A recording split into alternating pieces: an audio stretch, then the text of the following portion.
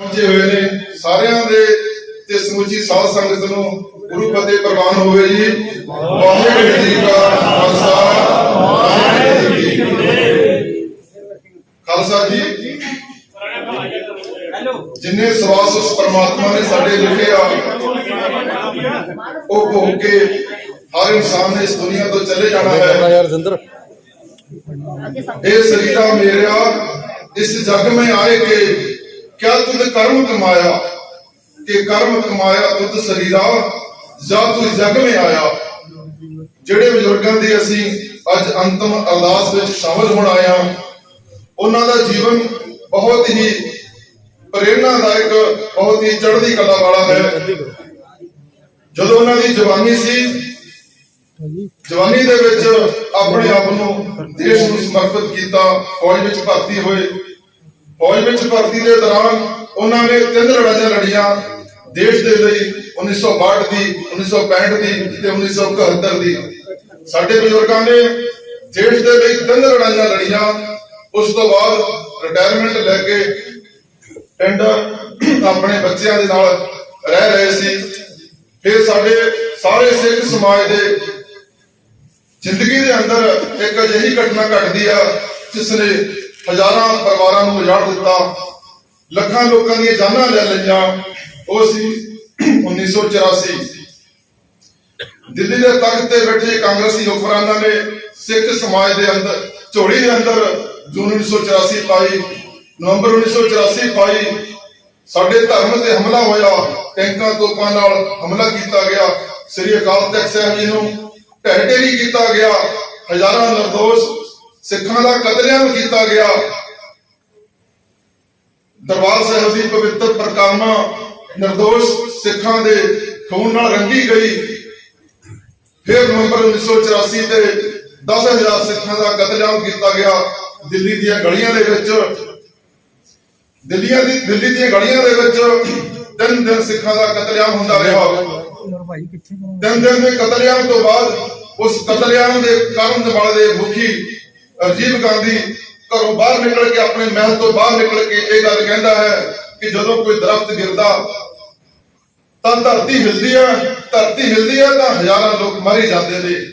ਇਹ ਕਹਿ ਕੇ ਇਹ ਸ਼ਬਦ ਸਿਰਫ 3 ਲਾਈਨਾਂ ਨਹੀਂ ਸਨ, ਇਹ ਸ਼ਬਦ ਸਨ ਉਸ ਦੀ ਮਾਨਸਿਕਤਾ ਨੂੰ ਦਰਸਾ ਰਹੇ ਸਨ। ਉਸਨੇ ਖੁਦ ਹੀ ਪੁਲਿਸ, ਖੁਦ ਹੀ ਅਦਾਲਤ, ਖੁਦ ਹੀ ਜੱਜ ਬਣ ਕੇ ਫੈਸਲਾ ਸੁਣਾ ਦਿੱਤਾ। ਸਾਰੇ ਕਾਤਲਾਂ ਨੂੰ ਬਾਇਜ਼ਤ ਬਰੀ ਕਰ ਦਿੱਤਾ। ਇਸ ਘਟਨਾ ਨੇ ਸਮੁੱਚੇ ਸਿੱਖ ਸਮਾਜ ਨੂੰ ਬਹੁਤ ਗਹਿਰੇ ਜ਼ਖਮ ਦਿੱਤੇ, ਕਦੇ ਨਾ ਭਰੇ ਜਾਣ ਵਾਲੇ ਸਦੀਵੀ ਜ਼ਖਮ ਦਿੱਤੇ। ਖਾਲਸਾ ਜੀ ਜਦੋਂ ਦਿੱਲੀ ਦੇ ਤਖਤ ਤੇ ਬੈਠੇ ਹੁਕਮਰਾਨਾਂ ਨੇ ਸਾਨੂੰ ਇਨਸਾਫ ਦੇਣ ਤੋਂ ਇਨਕਾਰ ਕੀਤਾ, ਪੰਜਾਬ ਦੀ ਧਰਤੀ ਤੋਂ ਹਜ਼ਾਰਾਂ ਗੈਰਤਮੰਦ ਸਿੱਖ ਨੌਜਵਾਨਾਂ ਦੇ ਹੱਥ ਹਥਿਆਰਾਂ ਤੱਕ ਚਲੇ ਗਏ। ਉਹਨਾਂ ਨੌਜਵਾਨਾਂ ਦੇ ਵਿੱਚ ਸਾਡੇ ਬਜ਼ੁਰਗ ਜਸਵੰਤ ਸਿੰਘ ਜੀ ਦਾ ਬੇਟਾ ਭਾਈ ਹਰਪਿੰਦਰ ਸਿੰਘ ਗੋਲਡੀ ਵੀ ਉਸ ਸੰਘਰਸ਼ ਦੇ ਵਿੱਚ ਸ਼ਾਮਲ ਹੋਇਆ। 18 ਸਾਲ ਦੀ ਉਮਰ ਦੇ ਵਿੱਚ ਭਾਈ ਹਰਪਿੰਦਰ ਸਿੰਘ ਗੋਲਡੀ ਕੌਮ ਦੀ ਸੇਵਾ ਕਰਦੇ ਹੋਏ ਸ਼ਹਾਦਤ ਨੂੰ ਪ੍ਰਾਪਤ ਹੋ ਗਏ। ਉਹਨਾਂ ਦੇ ਸੰਘਰਸ਼ ਵਿੱਚ ਸ਼ਾਮਲ ਹੋਣ ਦੇ ਕਾਰਨ ਪਰਿਵਾਰ ਨੂੰ ਬਹੁਤ ਹੀ ਕਸ਼ਟ ਸਹਿਣੇ ਪਏ, ਦੁੱਖ ਸਹਿਣੇ ਪਏ। ਸਾਡੇ ਬਜ਼ੁਰਗਾਂ ਦੇ ਕੇਸ ਪਾ ਕੇ ਜੇਲ੍ਹ ਭੇਜ ਦਿੱਤਾ ਗਿਆ। ਇਸੇ ਦੌਰਾਨ ਸਾਡੀ ਭੈਣ ਬੀਬੀ ਅਮਨਦੀਪ ਕੌਰ ਜੀ ਨੂੰ ਸਾਡੇ ਘਰ ਆ ਕੇ ਗੋਲੀਆਂ ਮਾਰੀਆਂ ਗਈਆਂ। ਇਸ ਸੰਘਰਸ਼ ਦੇ ਦੌਰਾਨ ਮੇਰੀ ਮੁਲਾਕਾਤ ਭਾਈ ਹਰਪਿੰਦਰ ਸਿੰਘ ਗੋਲਡੀ ਦੇ ਨਾਲ ਹੁੰਦੀ ਹੈ। ਉਹ ਮੁਲਾਕਾਤ ਮੈਨੂੰ ਉਹਨਾਂ ਦੀ ਸ਼ਹਾਦਤ ਤੋਂ ਬਾਅਦ ਖਿੱਚ ਕੇ ਪਰਿਵਾਰ ਤੱਕ ਲੈ ਜਾਂਦੀ ਹੈ। ਫਿਰ ਮੈਂ ਉਸ ਪਰਿਵਾਰ ਦਾ ਹਿੱਸਾ ਬਣ ਕੇ ਜਸਵੰਤ ਸਿੰਘ ਜੀ ਅਤੇ ਮਾਤਾ ਸੰਗੀਤ ਕੌਰ ਜੀ, ਭੈਣ ਕਮਲਦੀਪ ਕੌਰ ਮੈਨੂੰ ਆਪਣਾ ਭਰਾ ਤੇ ਬਜ਼ੁਰਗ ਮੈਨੂੰ ਆਪਣਾ ਬੇਟਾ ਬਣਾਉਂਦੇ ਨੇ। ਮੈਂ ਕਈ ਸਾਲ ਉਸ ਪਰਿਵਾਰ ਦੇ ਨਾਲ ਰਹਿੰਦਾ, ਪਰ ਉਸ ਪਰਿਵਾਰ ਦੇ ਦਰਦ ਦੇ ਵਿੱਚੋਂ ਸਾਨੂੰ ਕੌਮੀ ਦਰਦ ਮਹਿਸੂਸ ਹੁੰਦਾ ਸੀ। ਮੈਂ ਤੇ ਕੌਮੀ ਸ਼ਹੀਦ ਭਾਈ ਦਿਲਾਵਰ ਸਿੰਘ ਅਕਸਰ ਜਦੋਂ ਬਜ਼ੁਰਗਾਂ ਨੂੰ ਮਿਲਣ ਵਾਸਤੇ ਪਿੰਡ ਜਾਂਦੇ ਸੀ, ਚੜ੍ਹਦੀ ਕਲਾ ਦੀ ਗੱਲਾਂ ਕਰਦੇ ਸੀ, ਕੌਮ ਤੇ ਹੋਏ ਜ਼ੁਲਮ ਦੀਆਂ ਗੱਲਾਂ ਕਰਦੇ ਸੀ, ਆਪਣੇ ਸ਼ਹੀਦ ਹੋਏ ਵੀਰਾਂ ਦੇ ਪ੍ਰਤੀ ਆਪਣਾ ਫਰਜ਼ ਅਦਾ ਕਰਨ ਦੇ ਵਾਸਤੇ ਅਸੀਂ ਵੀ ਆਪਣਾ ਘਰ ਛੱਡ ਕੇ ਸੰਘਰਸ਼ ਵਿੱਚ ਸ਼ਾਮਲ ਹੋ ਗਏ। 31 ਅਗਸਤ 1995 ਨੂੰ ਕੌਮੀ ਸ਼ਹੀਦ ਭਾਈ ਦਿਲਾਵਰ ਸਿੰਘ ਸ਼ਹਾਦਤ ਨੂੰ ਪ੍ਰਾਪਤ ਹੋ ਗਏ ਤੇ ਉਸ ਤੋਂ ਬਾਅਦ ਮੇਰੀ ਗ੍ਰਿਫਤਾਰੀ ਹੋ ਗਈ। ਮੇਰੇ ਸੰਘਰਸ਼ ਤੋਂ ਵਿੱਚ ਸ਼ਾਮਲ ਹੋਣ ਕਰਕੇ ਵੀ ਸਾਡੇ ਬਜ਼ੁਰਗਾਂ ਨੂੰ ਬਹੁਤ ਦੁੱਖ ਤਕਲੀਫਾਂ ਸਹਿਣੀਆਂ ਪਈਆਂ, ਪਰਿਵਾਰ ਨੂੰ ਬਹੁਤ ਕੰਠ ਸਹਿਣੇ ਪਏ, ਸਰਕਾਰੀ ਜ਼ਬਰ ਦਾ ਸ਼ਿਕਾਰ ਹੋਣਾ ਪਿਆ। ਖਾਲਸਾ ਜੀ, ਸਾਡੇ ਬਜ਼ੁਰਗਾਂ ਦਾ ਜੀਵਨ ਪ੍ਰੇਰਨਾ ਦਾ ਸਰੋਤ ਜੀਵਨ ਹੈ। ਪਿਛਲੇ 26 ਸਾਲਾਂ ਤੋਂ ਮੇਰੇ ਪਿੱਛੇ ਮੇਰੀ ਭੈਣ ਮੇਰਾ ਜਰਨੈਲ ਬਣ ਕੇ, ਮੇਰੇ ਸੰਘਰਸ਼ ਦਾ ਜਰਨੈਲ ਬਣ ਕੇ ਮੇਰੇ ਨਾਲ, ਮੇਰੀ ਆਵਾਜ਼ ਬਣ ਕੇ ਮੇਰੇ ਨਾਲ ਲੜ ਰਹੀ ਹੈ। ਉਹ ਤਾਂ ਹੀ ਸੰਭਵ ਹੋ ਸਕਿਆ ਕਿਉਂਕਿ ਸਾਡੇ ਪਿੱਛੇ ਸਾਡੇ ਬਜ਼ੁਰਗਾਂ ਦੀ ਤਾਕਤ ਸੀ। ਉਹ ਐਸੀ ਤਾਕਤ ਸੀ, ਅਸੀਂ ਦਿੱਲੀ ਦੇ ਤਖਤ ਦੇ ਅੱਗੇ ਵੀ ਸਿਰ ਉੱਚਾ ਚੱਕ ਕੇ ਖੜ ਸਕੇ। ਸਾਡੇ ਬਜ਼ੁਰਗ 5 ਸਾਲ ਵਿੜੇ ਤੇ ਵੀ ਪਏ ਰਹੇ। ਉਹਨਾਂ ਦੇ ਦੋਨੋਂ ਬੱਚੇ ਸ਼ਹੀਦ ਹੋਏ। ਉਹਨਾਂ ਦੀ ਜ਼ਿੰਦਗੀ ਦੇ ਵਿੱਚ ਐਸੇ ਵਾਰ ਆਏ, ਦੋਨਾਂ ਬੱਚਿਆਂ ਦੀ ਅੰਤਮ ਸੰਸਕਾਰ ਕਰਨ ਦਾ ਉਹਨਾਂ ਨੂੰ ਇਜਾਜ਼ਤ ਨਹੀਂ ਮਿਲੀ, ਉਹਨਾਂ ਦੇ ਵਿੱਚ ਸ਼ਾਮਲ ਹੋਣ ਦੀ ਇਜਾਜ਼ਤ ਨਹੀਂ ਮਿਲੀ। ਬਹੁਤ ਕੌਮੀ ਕੰਠ ਸਹਿੰਦੇ ਹੋਏ ਸਾਡੇ ਬਜ਼ੁਰਗ 5 ਸਾਲ ਬਿਸਤਰੇ ਤੇ ਪੈ ਕੇ ਵੀ ਸਾਡੀ ਤਾਕਤ ਬਣੇ ਰਹੇ। ਮੈਂ ਇਹ ਸੰਘਰਸ਼ ਤਾਂ ਹੀ ਲੜ ਸਕਿਆ ਕਿਉਂਕਿ ਮੇਰੇ ਪਿੱਛੇ ਮੇਰੇ ਨਾਲ ਮੇਰੇ ਜਰਨੈਲ ਦੀ ਤਰ੍ਹਾਂ ਵਿਚਰਦੀ ਮੇਰੀ ਭੈਣ ਬੀਬੀ ਕਮਲਦੀਪ ਕੌਰ ਸੀ ਤੇ ਉਹਨਾਂ ਦੇ ਪਿੱਛੇ ਸਾਡੇ ਬਜ਼ੁਰਗ ਇੱਕ ਤਾਕਤ ਬਣ ਕੇ ਖੜੇ ਸਨ। ਖਾਲਸਾ ਜੀ, ਅੱਜ ਮੇਰੇ ਸੰਘਰਸ਼ ਦਾ ਇੱਕ ਥੰਮ ਗਿਰ ਗਿਆ ਹੈ। ਮੈਨੂੰ ਇਸ ਗੱਲ ਸਵੀਕਾਰ ਦੇ ਵਿੱਚ ਕੋਈ ਗਿਲਾ ਨਹੀਂ ਹੈ। ਮੇਰੇ ਸੰਘਰਸ਼ ਦਾ ਇੱਕ ਥੰਮ ਗਿਰ ਗਿਆ ਹੈ। ਅੱਜ ਮੇਰੀ ਭੈਣ ਬੀਬੀ ਕਮਲਦੀਪ ਕੌਰ ਉਹ ਵੀ ਫੱਟੜ ਅਵਸਥਾ ਦੇ ਵਿੱਚ ਆਪਣੇ ਹਾਲਾਤਾਂ ਨਾਲ ਜੂਝਦੀ ਹੋਈ ਮੇਰੇ ਨਾਲ ਅੱਜ ਵੀ ਮੇਰੀ ਤਾਕਤ ਬਣ ਕੇ ਖੜੀ ਹੈ। ਮੈਂ ਉਹਨਾਂ ਬਜ਼ੁਰਗਾਂ ਦੀ ਅੰਤਮ ਅਰਦਾਸ ਵਿੱਚ ਮੈਨੂੰ ਸ਼ਾਮਲ ਹੋਣ ਦਾ ਮੌਕਾ ਮਿਲਿਆ। ਇਸ ਦੇ ਲਈ ਜਿਨ੍ਹਾਂ ਨੇ ਵੀ ਸਹਿਯੋਗ ਕੀਤਾ ਉਹਨਾਂ ਸਾਰਿਆਂ ਦਾ ਦਿਲ ਦੀਆਂ ਗਹਿਰਾਈਆਂ ਤੋਂ ਮੈਂ ਧੰਨਵਾਦ ਕਰਦਾ ਹਾਂ। ਮੈਂ ਇੱਥੇ ਇਹ ਕਹਿਣਾ ਚਾਹੁੰਦਾ ਹਾਂ, ਮੈਂ ਸਾਰੇ ਜਿਹੜੇ ਤੁਸੀਂ ਸਤਿਕਾਰਯੋਗ ਮੇਰੇ ਬਹੁਤ ਹੀ ਸਤਿਕਾਰਯੋਗ ਬਜ਼ੁਰਗ ਇੱਥੇ ਕੌਮ ਦੇ ਆਗੂ ਇੱਥੇ ਆਏ ਹੋ, ਮੈਂ ਤੁਹਾਨੂੰ ਇਹ ਕਹਿਣਾ ਚਾਹੁੰਦਾ ਹਾਂ ਕਿ ਸਮਾਗਮ ਦੇ ਵਿੱਚ ਸ਼ਾਮਲ ਹੋਣਾ ਤੁਹਾਡੇ ਵੱਡੇ ਭਾਗਾਂ ਦੀ ਗੱਲ ਹੈ। ਜਦੋਂ ਵੀ ਇਹ ਸਮਾਗਮ ਖਤਮ ਹੋਏ ਤੁਸੀਂ ਮੇਰੀ ਭੈਣ ਦੇ ਘਰ ਜ਼ਰੂਰ ਜਾਣਾ। ਉਸ ਘਰ ਦੇ ਵਿੱਚ ਬੈਠ ਕੇ ਮਹਿਸੂਸ ਕਰਨਾ ਕਿ ਇਸ ਪਰਿਵਾਰ ਨੇ ਆਪਣੇ ਕੌਮੀ ਫਰਜ਼ ਅਦਾ ਕਰਨ ਵਾਸਤੇ ਕਿੰਨੇ ਕੰਠ ਸਹੇ। ਤੁਸੀਂ ਉਸ ਘਰ ਦੇ ਵਿੱਚ ਬੈਠ ਕੇ ਇਹ ਮਹਿਸੂਸ ਕਰੋਗੇ ਕਿ ਇਸ ਪਰਿਵਾਰ ਨੇ ਆਪਣੇ ਕੌਮੀ ਫਰਜ਼ ਅਦਾ ਕਰਨ ਦੇ ਵਿੱਚ ਕੋਈ ਕਸਰ ਬਾਕੀ ਨਹੀਂ ਰੱਖੀ। ਕਿਤੇ ਤੁਹਾਡੇ ਤੋਂ ਉਸ ਪਰਿਵਾਰ ਦੇ ਪ੍ਰਤੀ ਆਪਣੇ ਫਰਜ਼ ਅਦਾ ਕਰਨ ਦੇ ਵਿੱਚ ਕਮੀ ਜ਼ਰੂਰ ਰਹਿ ਗਈ ਹੈ। ਇਹ ਤੁਹਾਨੂੰ ਉਸ ਘਰ ਦੇ ਵਿੱਚ ਬੈਠ ਕੇ ਮਹਿਸੂਸ ਹੋਏਗਾ। ਖਾਲਸਾ ਜੀ, ਅਸੀਂ ਕੱਲ ਵੀ ਆਪਣੇ ਫਰਜ਼ ਅਦਾ ਕੀਤੇ ਸੀ, ਅੱਜ ਵੀ ਕਰ ਰਹੇ ਹਾਂ, ਅੱਗੇ ਵੀ ਕਰਾਂਗੇ। ਮੈਂ ਇੱਥੇ ਕਹਿਣਾ ਚਾਹੁੰਦਾ ਹਾਂ, ਸਾਡੇ ਬਜ਼ੁਰਗਾਂ ਦੀ ਆਤਮਾ ਨੂੰ ਸ਼ਾਂਤੀ ਤਾਂ ਹੀ ਮਿਲੇਗੀ। ਮੈਂ ਇੱਥੇ ਖਾਲਸਾ ਪੰਥ ਨੂੰ ਇਹ ਸੰਦੇਸ਼ ਦੇਣਾ ਚਾਹੁੰਦਾ ਹਾਂ, ਅਕਾਲ ਪੁਰਖ ਵਿੱਚ ਵਿਸ਼ਵਾਸ ਦਾ ਪ੍ਰਤੀਕ ਅਕਾਲੀ, ਹਿੰਦੂ ਮੁਸਲਿਮ ਸਿੱਖ ਈਸਾਈ ਏਕਤਾ ਦਾ ਪ੍ਰਤੀਕ ਅਕਾਲੀ, ਸਾਰੇ ਧਰਮਾਂ ਦੇ ਸਤਿਕਾਰ ਦਾ ਪ੍ਰਤੀਕ ਅਕਾਲੀ, ਸਰਬ ਸਾਂਝੀ ਬਾਦਤਾ ਦਾ ਸੰਦੇਸ਼ ਅਕਾਲੀ। ਮੇਰੀ ਰੂਹ ਅਕਾਲੀ, ਮੇਰਾ ਦਿਲ ਅਕਾਲੀ, ਹਾਂ ਮੈਂ ਅਕਾਲੀ, ਹਾਂ ਮੈਂ ਅਕਾਲੀ ਚਾਹੁੰਦਾ ਹਾਂ। ਇਸ ਧਰਤੀ ਤੇ ਸਰਕਾਰ ਅਕਾਲੀ। ਖਾਲਸਾ ਜੀ, ਬੋਲੇ ਸੋ ਨਿਹਾਲ।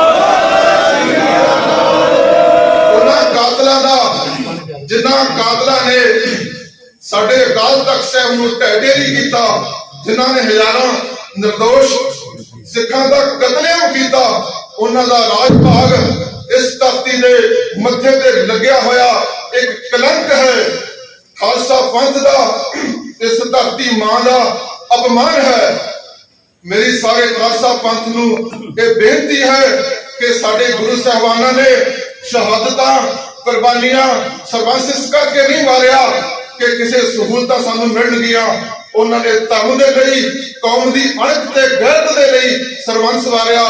आओ ਆਪਾਂ ਸਾਰੇ मैं ਤੁਹਾਨੂੰ ਇਹ ਬੇਨਤੀ ਕਰਦਾ ਪਹਿਲਾਂ ਧਾੜਵੀ ਆਉਂਦੇ ਸੀ ਕਾਬਲ ਤੇ ਕੰਧਾਰ ਵੱਲੋਂ ਇਸ ਧਰਤੀ ਨੂੰ ਲੁੱਟਣ ਵਾਸਤੇ ਅੱਜ ਧਾੜਵੀ ਦਿੱਲੀ ਵੱਲੋਂ ਆ ਰਹੇ ਨੇ ਇਸ ਧਰਤੀ ਨੂੰ ਲੁੱਟਣ ਵਾਸਤੇ ਮੈਂ ਸਾਰਿਆਂ ਨੂੰ ਬੇਨਤੀ ਕਰਦਾ ਇਹ ਉਹ ਤੁਹਾਨੂੰ ਆਗੂ ਕੌਣ ਦੇ ਰਹੇ ਨੇ ਸ਼ਰਾਬੀ ਤੇ ਕਮੇਟੀ ਕਲਾਕਾਰ ਖਾਲਸਾ ਜੀ ਤੁਸੀਂ ਜਾਗ ਜਾਓ ਕਿਤੇ ਸੁੱਤੇ ਨਾ ਰਹਿ ਜਾਣਾ ਕੋਈ ਗਲਤੀ ਨਾ ਕਰ ਲੈਣਾ ਇਸ ਧਰਤੀ ਇਹ ਧਰਤੀ ਪੀਰਾਂ ਪੈਗੰਬਰਾਂ ਦੀ ਗੁਰੂਆਂ ਦੀ ਧਰਤੀ ਹੈ ਇਹ ਯੋਧੇ ਮਹਾਬਲੀਆਂ ਦੀ ਧਰਤੀ ਹੈ ਇਹ ਧਰਤੀ ਬਾਬਾ ਦੀਪ ਸਿੰਘ ਵਰਗੇ ਸਿਰਲੱਥ ਯੋਧਿਆਂ ਦੀ ਹੈ ਇਹ ਧਰਤੀ ਅਕਾਲੀ ਫੂਲਾ ਸਿੰਘ ਵਰਗੇ ਜਰਨੈਲਾਂ ਦੀ ਹਰੀ ਸਿੰਘ ਨਲੂਏ ਵਰਗੇ ਜਰਨੈਲਾਂ ਦੀ ਹੈ ਇਸ ਧਰਤੀ ਤੇ ਉਹਨਾਂ ਕਾਤਲਾਂ ਦਾ ਰਾਜ ਭਾਗ ਉਹਨਾਂ ਧਾੜਵੀਆਂ ਦਾ ਰਾਜ ਭਾਗ ਇਸ ਧਰਤੀ ਦੇ ਮੱਥੇ ਤੇ ਲੱਗਿਆ ਹੋਇਆ ਕਲੰਕ ਹੈ ਆਓ ਇਸ ਕਲੰਕ ਨੂੰ ਮਿਟਾ ਦਈਏ ਸਾਡੇ ਬਜ਼ੁਰਗਾਂ ਦੀ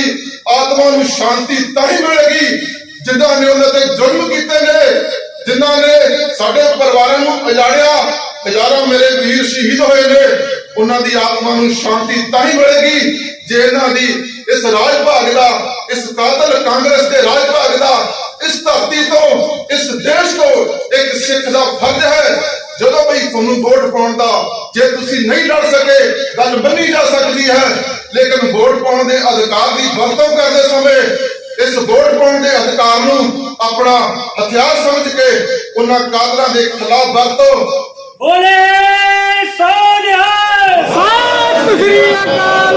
ਧਰਤੀ ਤੇ ਸ਼੍ਰੋਮਣੀ ਅਕਾਲੀ ਦਲ ਸਾਡੀ ਪੰਥ ਦੀ ਨੁਮਾਇੰਦਾ ਜਥੇਬੰਦੀ ਹੈ ਸਾਡੇ ਪੁਰਖਿਆਂ ਦੀ ਵਿਰਾਸਤ ਹੈ ਇਹ ਵਿਰਾਸਤ ਜਿੰਨੀ ਤਗੜੀ ਹੋਏਗੀ ਜਿੰਨੀ ਮਜ਼ਬੂਤ ਹੋਏਗੀ ਖਾਲਸਾ ਜੀ ਉਨੇ ਹੀ ਸਾਡੇ ਹੱਕ ਸੁਰੱਖਿਅਤ ਰਹਿਣਗੇ ਸਾਡੇ ਉਹਨਾਂ ਹਜ਼ਾਰਾਂ ਬਿਨਾਂ ਕਾਤਲਾਂ ਦੇ ਜ਼ੁਲਮ ਦਾ ਸ਼ਿਕਾਰ ਹੋਏ ਉਹਨਾਂ ਹਜ਼ਾਰਾਂ ਸ਼ਹੀਦਾਂ ਹਜ਼ਾਰਾਂ ਨਿਰਦੋਸ਼ ਸਿੱਖਾਂ ਦੀਆਂ ਆਤਮਾਵਾਂ ਨੂੰ ਸ਼ਾਂਤੀ ਤਾਂ ਹੀ ਮਿਲੇਗੀ ਜਦੋਂ ਇਹਨਾਂ ਕਾਤਲਾਂ ਦਾ ਰਾਜ ਭਾਗ ਇਸ ਧਰਤੀ ਤੋਂ ਖਤਮ ਹੋਵੇਗਾ ਇੱਕ ਸਿੱਖ ਦਾ ਫਰਜ਼ ਹੈ ਜਿੱਥੇ ਵੀ ਕਦੇ ਉਹਨੂੰ ਮੌਕਾ ਮਿਲੇ ਇਹਨਾਂ ਦੇ ਖਿਲਾਫ ਵੋਟ ਕਰੋ ਇਹਨਾਂ ਦੇ ਰਾਜ ਭਾਗ ਨੂੰ ਖਤਮ ਕਰਨ ਲਈ ਵੋਟ ਕਰੋ ਮੇਰੇ ਪਿਤਾ ਨੂੰ ਉਹਨਾਂ ਹਜ਼ਾਰਾਂ ਸ਼ਹੀਦਾਂ ਨੂੰ ਤਾਂ ਹੀ ਉਹਨਾਂ ਦੀ ਆਤਮਾ ਨੂੰ ਸ਼ਾਂਤੀ ਮਿਲੇਗੀ ਮੈਂ ਇੰਨਾ ਕੁਝ ਬੋਲਦਾ ਹੋਇਆ ਤੁਹਾਡੇ ਤੋਂ ਸਾਰਿਆਂ ਨੂੰ ਮੈਂ ਧੰਨਵਾਦ ਕਰਦਾ ਜਿਹੜੇ ਵੀ ਇੱਥੇ ਸਾਡੇ ਪਿਤਾ ਜੀ ਦੇ ਇਸ ਸਮਾਗਮ ਦੇ ਵਿੱਚ ਸ਼ਾਮਲ ਹੋਣ ਲਈ ਪਹੁੰਚੇ ਨੇ ਮੇਰੀ ਭੈਣ ਦਾ ਯੋਗਦਾਨ ਮੈਂ ਕਈ ਜਨੋਂ ਨਹੀਂ ਦੇ ਸਕਦਾ ਮੈਂ ਨਹੀਂ ਇਹ ਸਮੁੱਚੀ ਕੌਮ ਇਹ ਯੋਗਦਾਨ ਨੂੰ ਦਾ ਕੋਈ ਮੁੱਲ ਨਹੀਂ ਉਤਾਰ ਸਕਦੀ ਮੈਂ ਤੁਹਾਨੂੰ ਫਿਰ ਇਹ ਬੇਨਤੀ ਕਰਦਾ ਤੁਸੀਂ ਮੇਰੀ ਭੈਣ ਦੇ ਘਰ ਜਾ ਕੇ ਬੈਠ ਕੇ ਮਹਿਸੂਸ ਕਰਨਾ ਕਿ ਇਸ ਪਰਿਵਾਰ ਨੇ ਆਪਣੇ ਕੌਮੀ ਫਰਜ਼ ਅਦਾ ਕਰਨ ਦੇ ਵਿੱਚ ਕੋਈ ਕਸਰ ਬਾਕੀ ਨਹੀਂ ਛੱਡੀ ਤੁਹਾਡੇ ਤੋਂ ਕੋਈ ਕਮੀ ਜ਼ਰੂਰ ਰਹਿ ਗਈ ਹੈ ਇਹ ਤੁਹਾਨੂੰ ਉਸ ਗੱਲ ਦਾ ਅਹਿਸਾਸ ਹੋਵੇਗਾ ਉੱਥੇ ਬੈਠ ਕੇ ਸਾਡਾ ਜੀਵਨ ਖਾਲਸਾ ਪੰਥ ਦੀ ਚੜ੍ਹਦੀ ਕਲਾ ਨੂੰ ਸਮਰਪਿਤ ਰਿਹਾ ਹੈ ਹਮੇਸ਼ਾ ਰਹੇਗਾ ਅੱਗੇ ਵੀ ਜਦੋਂ ਵੀ ਸਾਨੂੰ ਕੌਮੀ ਫਰਜ਼ ਅਦਾ ਕਰਨ ਦਾ ਕਦੇ ਕੋਈ ਵਕਤ ਆਏਗਾ ਅਸੀਂ ਕਦੇ ਪਿੱਛੇ ਨਹੀਂ ਹਟਾਂਗੇ ਮੇਰਾ ਇਹੀ ਕਹਿਣਾ ਹੈ ਅਕਾਲ ਤਖਤ ਮਹਾਨ ਹੈ ਸਿੱਖ ਪੰਥ ਦੀ ਸ਼ਾਨ ਹੈ ਚੂਲ ਤੇ ਨਿਸ਼ਾਨ ਰਹੇ ਚੂਲ ਤੇ ਨਿਸ਼ਾਨ ਰਹੇ ਚੂਲ ਤੇ ਨਿਸ਼ਾਨ ਰਹੇ ਸਾਰਿਆਂ ਦੇ ਤੁਸੀਂ ਸਾਰੇ ਇੱਥੇ ਸਾਡੇ ਸਮਾਗਮ ਦੇ ਵਿੱਚ ਚੱਲ ਕੇ ਆਏ ਹੋ ਤੁਹਾਡਾ ਸਾਰਿਆਂ ਦਾ ਬਹੁਤ ਬਹੁਤ ਧੰਨਵਾਦ ਦਿਲ ਦੀਆਂ ਗਹਿਰਾਈਆਂ ਤੋਂ ਧੰਨਵਾਦ ਜਿਨ੍ਹਾਂ ਨੇ ਜਿਹੜੇ ਵੀ ਸ਼੍ਰੋਮਣੀ ਅਕਾਲੀ ਦਲ ਦੇ ਲੀਗਲ ਸੈੱਲ ਦੇ ਉਹਨਾਂ ਵੀਰਾਂ ਨੇ ਸਾਡੀ ਇਹ ਇਜਾਜ਼ਤ ਕਰਵਾਈ ਹੈ ਉਹਨਾਂ ਦਾ ਧੰਨਵਾਦ ਉਸ ਅਕਾਲ ਪੁਰਖ ਸਭ ਤੋਂ ਵੱਡਾ ਉਸ ਅਕਾਲ ਪੁਰਖ ਵਾਹਿਗੁਰੂ ਦਾ ਧੰਨਵਾਦ ਜਿਸ ਨੇ ਮੈਨੂੰ 26 ਸਾਲਾਂ ਬਾਅਦ 1 ਘੰਟੇ ਲਈ ਆਪਣੇ ਪਿਤਾ ਦੇ ਇਸ ਅੰਤਮ ਅਰਦਾਸ ਵਿੱਚ ਸ਼ਾਮਲ ਹੋਣ ਦਾ ਮੌਕਾ ਦਿੱਤਾ ਮੈਨੂੰ ਆਪਣੀ ਭੈਣ ਨੂੰ ਉਹਦੇ ਘਰ ਜਾਣ ਦਾ ਅਜੇ ਮੈਨੂੰ ਘਰ ਨਹੀਂ ਲੈ ਕੇ ਗਏ ਮੇਰੀ ਭੈਣ ਨੂੰ ਮਿਲਣ ਦਾ ਮੌਕਾ ਮਿਲ ਦਿੱਤਾ ਮੈਂ ਸਾਰਿਆਂ ਦਾ ਧੰਨਵਾਦ ਕਰਦਾ ਮੇਰੇ ਤੋਂ ਬੋਲਦੇ ਹੋਏ ਕੋਈ ਅਜਿਹਾ ਸ਼ਬਦ ਨਿਕਲ ਗਿਆ ਹੋਵੇ ਉਹਦੇ ਲਈ ਮੈਂ ਮਾਫੀ ਚਾਹੁੰਦਾ ਤੁਸੀਂ ਸਾਰੇ ਸਤਿਕਾਰਯੋਗ ਹੋ ਬਹੁਤ ਸਾਰਿਆਂ ਨੂੰ ਮੈਂ ਦੇਖ ਵੀ ਨਹੀਂ ਪਾ ਰਿਹਾ ਇਸ ਕਰਕੇ ਸਾਰਿਆਂ ਦੇ ਲਈ ਬਹੁਤ ਬਹੁਤ ਸਤਿਕਾਰ ਸਭ ਗੁਰੂ ਫਤਿਹ ਪ੍ਰਵਾਨ ਹੋਵੇ ਜੀ ਵਾਹਿਗੁਰੂ ਜੀ ਕਾ ਖਾਲਸਾ ਵਾਹਿਗੁਰੂ